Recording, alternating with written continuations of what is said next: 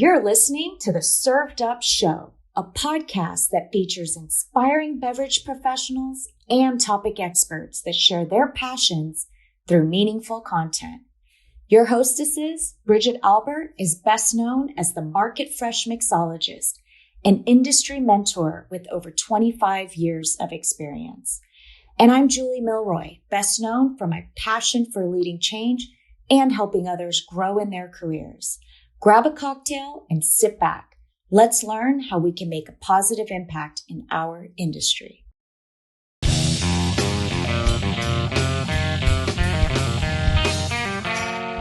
Hey y'all, it's Bridget here. Welcome to a groundbreaking critical conversation series of Served Up podcast episodes recorded live at the vibrant Maya event at the Tails of the Cocktail. Get ready for a riveting lineup of episodes that delve deep into the heart of what the beverage industry truly cares about, from sipping on powerful discussions about diversity, equity, and belonging, to raising a glass to conversations about the oppressive shadow of censorship, and even toasting to the importance of cherishing the elders of the LGBTQ plus community, and so much more. We're here to uncork critical conversations that will leave you inspired, informed, and ready for action. So get ready, folks, because we're about to get served up a series of these conversations that will quench your thirst for knowledge, ignite your passion for progress, and leave you with a renewed sense of purpose. Let's do this. Hey y'all, it's Bridget here. Welcome back to another episode of Served Up. We're diving into a narrative of empowerment, resilience, and community transformation. Our guest is a true advocate for change, a beacon of hope, and the visionary founder of Turning Tables, the incredible Touré Folkes.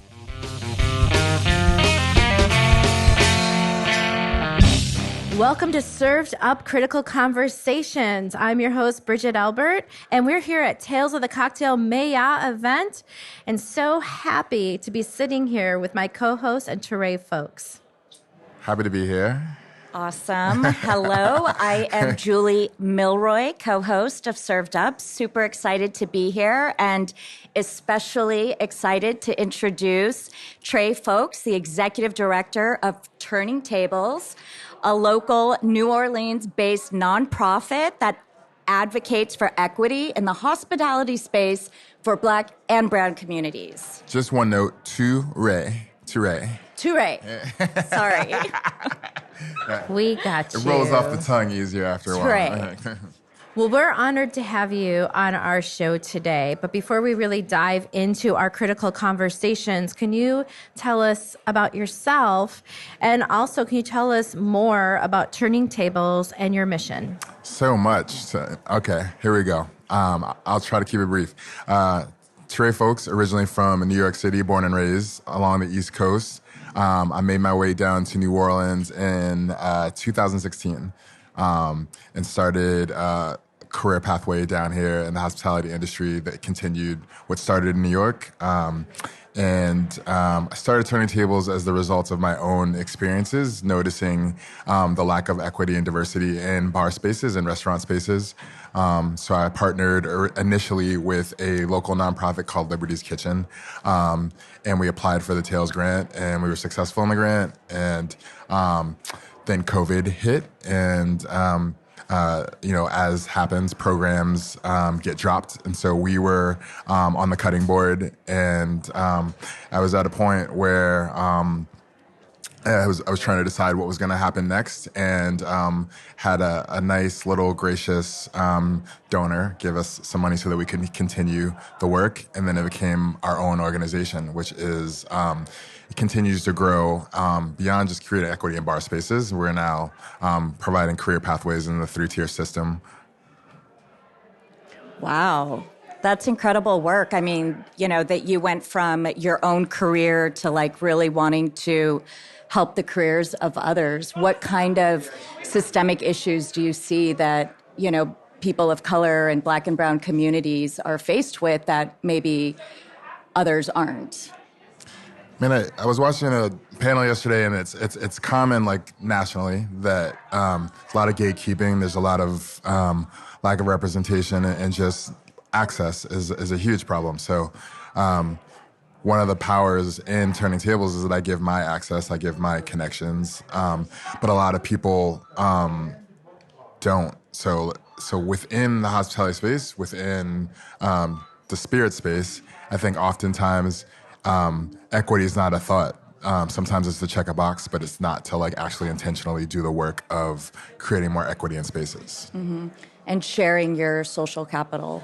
Yeah, I think if more people thought beyond, like, okay, maybe we need a Black person on this team here, as opposed to, like, equity would bring more to the space, would bring more to our team, would bring more to what we do. That's the intention that it should come from. Yeah, 100%. Absolutely. Addressing these barriers is crucial to change. Absolutely. Right? Yeah. So Turning Tables is doing some really beautiful work for advocating around equity. Can you share some of the strategies or, like, initiatives that your organization has implemented? So our bread and butter is our foundation. I'm sorry, I don't know who's right there. It's okay. Okay. Our foundation is a 12-week program that we're about to start the next round, round 5 for year 4. But it's 12 weeks, and they get a foundation in spirits, beer, wine, cocktails, cocktail history. And 6 of those weeks, they will have an externship where they're placed with a mentor throughout that whole process. And they're placed in restaurants throughout the city. So some of the people here are at Espiritu, Latitude, Jewel of the South, Four Seasons. They're placed at establishments throughout the city. So well-known establishments, but we give them the skill sets to get into those spaces, and also access to brand ambassadors, people within the community that are making change, individuals, nonprofits. And then we also, more recently, have started working with brands like Sorrel, Black-owned brands, to create a sales team, working with a local distillery called Porch Jam to open career pathways in distilling. So, so that our alumni have other pathways besides bartending. That really is incredible. You know, when we think about creating space, especially in hospitality, sometimes we just think of, like, bartending or being a brand ambassador, but taking it all the way back to the liquid that we have behind the bar is a whole different skill set. When we think about hospitality, I think that is amazing. Yeah, I mean, I think from my own vantage point, when I was a bartender, I didn't think in terms of the process and, like, right, you know, how that product got to me as at my bar for me to sell, or for me to sell in the form of making drinks, speaking to a product, and the whole nature of opportunities that are available to you in this industry. And I think oftentimes the average bartender in a city does not know about Tales of the Cocktail or Portland Cocktail Week or any of these kind of opportunities that are in other countries and that brands provide, because brands are not coming in their direction. Mm-hmm. Well, I think that in other countries, hospitality is actually a profession, so there's actually a lot of support around that, whereas here it's just kind of, you know, a second career that one found, or a third career. And I think I always say it's like the secret golden industry that nobody really knows about. And once you dive in, you know, you could really excel. And I think having those tools and providing that program for people to, like, really take it through, because, you know, even you probably learned just from taking different jobs, meeting different people. Where are you guys recruiting from? Like, where are a lot of your your participants coming from? Are they local, or how do you do your recruiting? So currently it's all local New Orleanians, because that's all that we have the real capacity for because of funds. But so it's local New Orleanians at the moment, and then we work with other nonprofits that also do similar work. And, like, cross.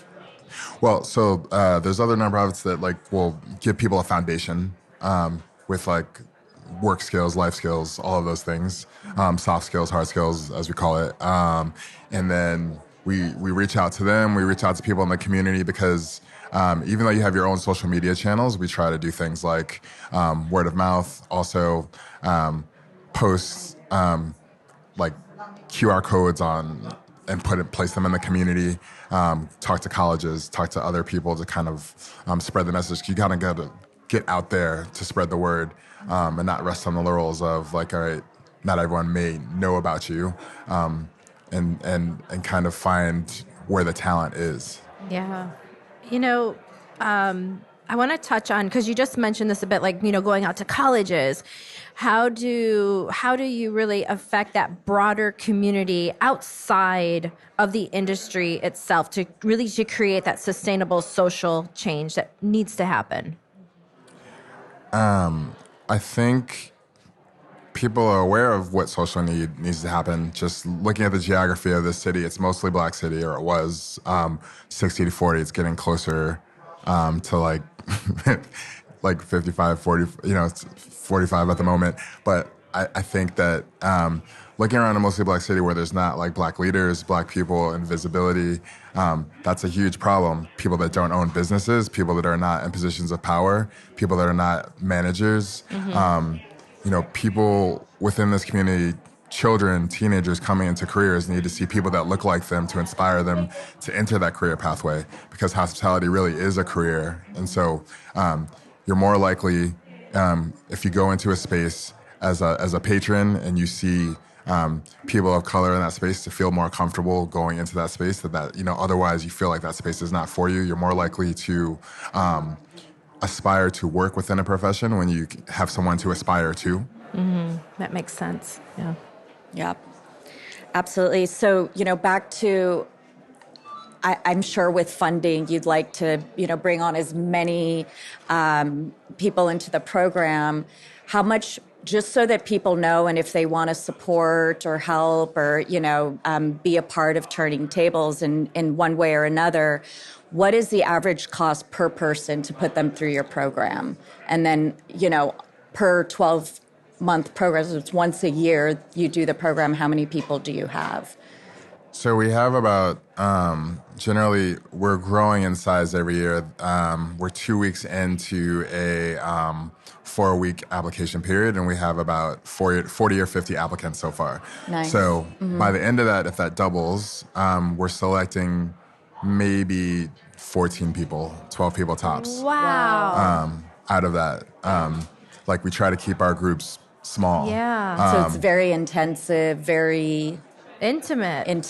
Yeah, I love that. Yeah, I mean, I myself came from small classroom learning, and I think that people learn the best. This is all very comprehensive information that's coming at them at all times, and it's a lot. And just to give people that time to spend with them one-on-one, hands-on training, to advocate for them, to mentor them, I think we have to keep it small. Yeah. But that being said, we're looking at going twice a year. Okay. We provide free mental health care for everyone. We're looking to provide more resources. Some of our alumni are mothers, so just those kinds of barriers, trying to prevent those kinds of barriers to transportation, childcare issues, mental health. And then in addition, we provide resources to our partners. So we work with local restaurants to do equity and inclusion training. We also work with organizations like Safe Bars. So looking to continue the work of providing resources as well to restaurant spaces to hold accountability for how they act in their spaces and how they hire, fire, and look to bring more people in an equitable way. Yeah. So really for that 360, resource for hospitality. Yeah. It's amazing, all these wonderful aspects of your program that you are, just bringing in such an organic way because it's necessary. Yeah, absolutely. And the need is there, and it's always been there. And I want to take it back just a little bit, Touré, because we didn't talk a whole lot about you and really what brought you into hospitality and how did you really wind up in this city? What brought you here? We know you moved here, but why? You didn't tell us why. I am a photographer and a journalist by trade, like when I graduated from college. And I ended up in hospitality right after September 11th. I think there was a scarcity of jobs and the ability to find work within the city. And in between that time, I worked in the Dominican Republic for a local government, the Dominican government, to create a socio-economic development program to bring more profitability to the ecotourism in the south of the Dominican Republic. And so that taught me a lot, and that prepared me a lot for what I'm doing now. Without having any kind of nonprofit experience, I think that experience added a layer to what I'm doing. And then worked with other nonprofits in New York City throughout that time. When I came into hospitality initially, I think I was very fortunate to find right away. Most people have stories about, like, I worked at Denny's, or I did this, or I did that. I did, in the 8th grade, I was a dishwasher for a summer job.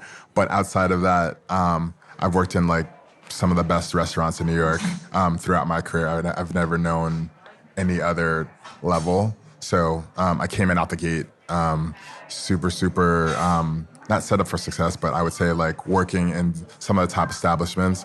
So when I came to New Orleans, you know, you have a resume that, like, reads like that. I was at first a manager for a hotel, and it was a little bit corporate for me, so I decided to go another way and go into, like, a smaller direction, a smaller realm. And throughout that process, I continued working with nonprofits to give back to the community and to learn a little bit more about what the New Orleans community is about, and formulated the idea based on my own experiences, I mentioned, which is kind of in a nutshell what brought me to New Orleans. The community here is amazing. They're really giving. They step right up as soon as something happens, and I think they sometimes are more accountable than the city government is. Wow. It's a really strong community. And it's fantastic that with your background and your skill set and your education that you've got, you know, this knowledge that a lot of people don't have access to, right? I mean, a lot of us, even myself, we kind of fell into this industry and then kind of started to learn a lot of kind of the structure behind it, but you kind of came in right from the strategic place. So you have so much to offer, and then just your leadership and understanding nonprofit and bringing communities together. I mean, that's where the magic is, right? Because there's so many people doing the work, which is fantastic. I love that so many people were inspired coming out of COVID, and a lot of different organizations. But I think, you know, from what I'm hearing, you recognize the power that you have from your experience, and you're exposing and bringing that to other people, which is fantastic. Yeah, I mean, we started before COVID. I think our work was highlighted because no one else could pay attention to anything else. But I would say that I think COVID was a blessing and a curse for us in the sense that, it did highlight the work that we were doing, and it did bring more industry people into the mix that could assist us, which is a large part of what makes this work is being able to work with brands nationally, locally, restaurant partners. Our local restaurant partners have, like, really gotten us off the ground. That's great. And it's, you know, and it's the restaurant partners that also suffered the most are the ones that are supporting you the most, right? So for all these brands that have so much money to do good, right? and I always say that I think the biggest opportunity in the spirits industry, when people ask me, it's there's so much more that can be done to do good, you know, as lucrative as it is. So to put one of these people through your entire program, like, what's the cost of that so that we can talk to brands and let them know, like, hey, for every $10,000, you take one person through this program. So quantify the cost, like, you got to think about, we pay them a stipend for the externship experience, about $15 an hour for twice a week for 6 weeks. Mental health care costs us about $250 a month. And then some of these other resources are in the cost of thousands. Like, you know, for DEI training, it's, you know, $10,000. But to put someone, like, food costs per week, you're talking, you know, about $200 a week to feed people in classroom, transportation. Plus, we're not just counting also the people that are in the space, our curriculum writers, the people that are in the room all the time, our development team. It's so much. I mean, it's so much. I think it's just, how can brands get involved? Like monetarily, right? They can be a sponsor, and I loved that you opened up with 3-tier because I'm in that second tier. So how do we get involved? As distributors, like what can I personally do? I think that's really great that you're really expanding the resources that are out there and not being just so focused on one piece. Yeah. I mean, so distributors, it's funny that you say that. We just created a rum, so we would love to get it out there for sure. So that's one aspect of it. We didn't talk about it a little bit. I don't know if I'm detracting from your question, but as we continue to innovate and create more things talk about your rum. We want to hear everything because we're also there's so many collaborative programs, right? Because we've just announced at the WSWA or Incubator Academy, and WSWA is also providing free education to get more equity of minority and woman-owned brands into the space by really providing playbooks, and education, kind of like what you're doing, but very specific to having a product and distributing in the U.S. because it's a unique system. No other country has this system. Yeah. So, I think there's a lot of synergies where we could support and bring that access to your customers and then even yourself as you're getting into the liquor space with your new rum. Yeah, so absolutely. Like when we typically work with brands, brands will come and be a part of the educational piece. Money is always good, but also expertise and access to some of these brand experiences. Like, Patron, for instance, will send someone to Mexico. Mezcal Convite will send someone to Mexico. We've had opportunities to send people to Portland and Kentucky and Tiki by the Sea and LA to all these different experiences. And so all those things have costs, but also there's opportunities for brands to kind of outweigh those costs for us in different ways. But I think also just resources, more importantly, tools, access. And within that, within our community, looking at those smaller brands, those are people that we work with.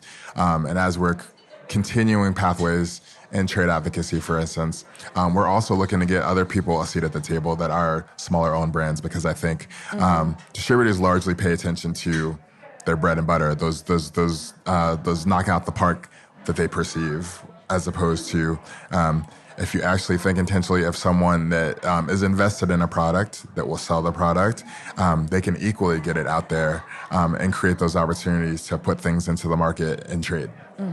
Absolutely. Yeah. Where can everyone find you and Turning Tables?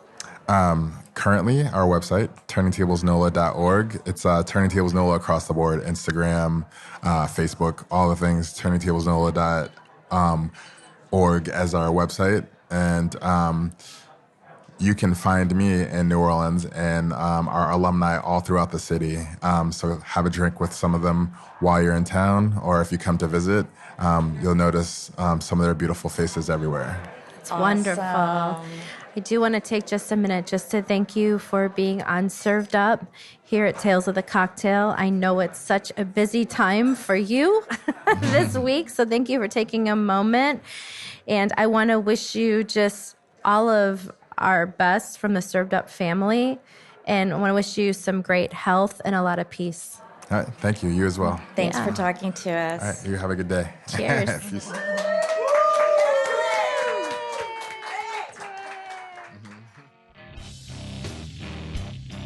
Thanks for listening. Served Up is brought to you by Southern Glazers Wine and Spirits. Produced by Zunu.online. Music by We Kill the Lion can be found on Spotify. Make sure to subscribe to be notified of future Served Up episodes. Cheers!